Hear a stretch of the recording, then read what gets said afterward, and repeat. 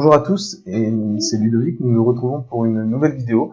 Aujourd'hui, ce sera sur le thème de Bitcoin. Donc, on va parler un petit peu de la crypto-monnaie.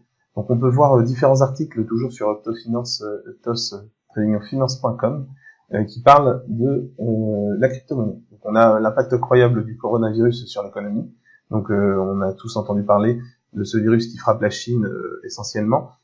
Qui est une catastrophe pour l'économie. Donc, comme toutes les économies de monnaie traditionnelle sont impactées, donc forcément les crypto-monnaies deviennent des monnaies refuges dans lesquelles les gens sont plus rassurés d'investir pour du long terme, ce qui fait que ça se renforce. Donc, on peut voir ici dans l'article le Bitcoin vers un test de 10 000 $ cette semaine face à la crise du coronavirus. Donc, je vous laisserai lire l'article qui est très intéressant. Ce qui est en autre partie, donc on peut voir sur cryptocompare.com, c'est un autre site sur lequel je prends des informations, qui nous permet de voir un petit peu les échanges, la hausse des échanges, sur les 7 derniers jours, la hausse du Bitcoin.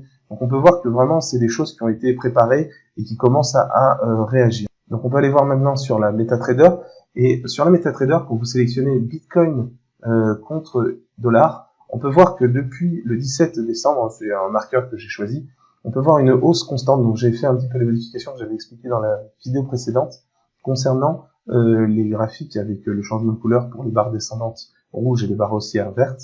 Donc c'est toujours utile de travailler avec des couleurs qui nous permettent de visualiser un petit peu ça.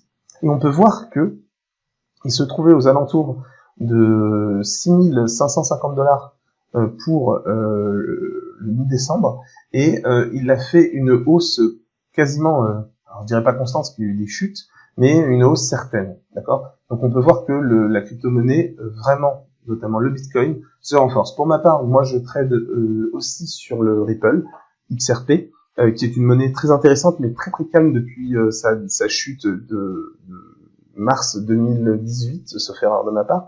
Et donc c'est une monnaie qui est très intéressante, elle est aux alentours des 0,23 centimes de dollar. C'est une monnaie qui avait atteint les 3 $ à l'époque, donc qui avait vraiment explosé les compteurs en termes de hausse. Et donc voilà, donc, je vous conseille de faire un petit tour sur le Bitcoin contre le dollar, et donc on peut voir un petit peu tout ça en images sur la MetaTrader et sur les autres sites internet.